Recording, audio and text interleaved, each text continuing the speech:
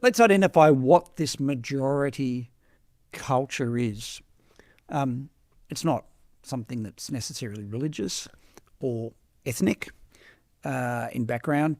It is about our values. That majority culture, which again, as we've talked about, is predominantly European and of British origin, has given us our freedoms, has allowed the environment to be created that has welcomed people into this country who do not share those values, and yet we welcome them anyway.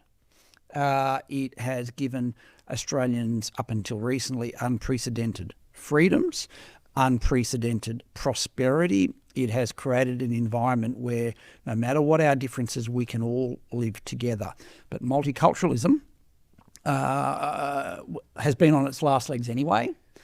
I don't think you're going to be hearing much about. I mean, we still will, because that is what elites do. They catch up very late with public and popular sentiment. But multiculturalism encouraged a sense whereby you bring your grievances from overseas to be litigated in this country. And we have run a program of mass migration while saying you don't need to integrate. You don't need to assimilate. You don't need to regard people of different backgrounds and ethnicities and religions as similar to you as Australian. And I think, we have over the last 10 to 15 years, we've tended to dance around this issue of assimilation, integration, participation. Well, I think it's about time to call what is required what we called it 50 years ago at the time of successful migration program, which is assimilation. You become Australian, you assimilate into a community and its values. And I think one of the very, very great failures of multiculturalism was not just what we've seen on the streets of Australia now for some years, but the idea that we are telling young people there is no culture to belong to. Mm. There is no national community to belong to.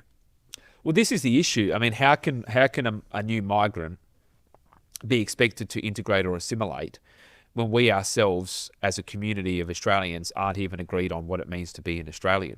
This is the fundamental problem. And if we can agree, then we will be told that our story is an entirely negative one. Yes. And we should apologise for it.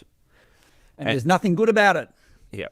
And if you go back to, I think it was 1949, which is Arthur Calwell, who I think was our first immigration minister, he had the term, it was either 49 or 47, he had the term New Australians. Yeah. And the reason that was a good term was because it encouraged new migrants to see themselves as Australians.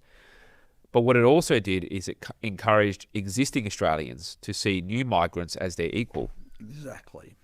And so you'll get the elites that are saying, oh, no, you can't call them new Australians because what you're doing is you're asking them to forget who they are. No, we're not doing that. Of course you can come, you can retain your cultural values and your religious values, but you are... within limits.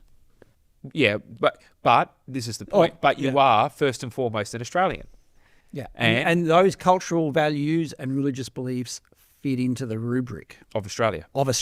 Yeah, and in return, Australians will welcome you, and you will have every opportunity that another Australian has, because, as Bob Hawke said, there's no hierarchy of origin in this, and there's no privilege of descent. No privilege of descent, but clearly now there is.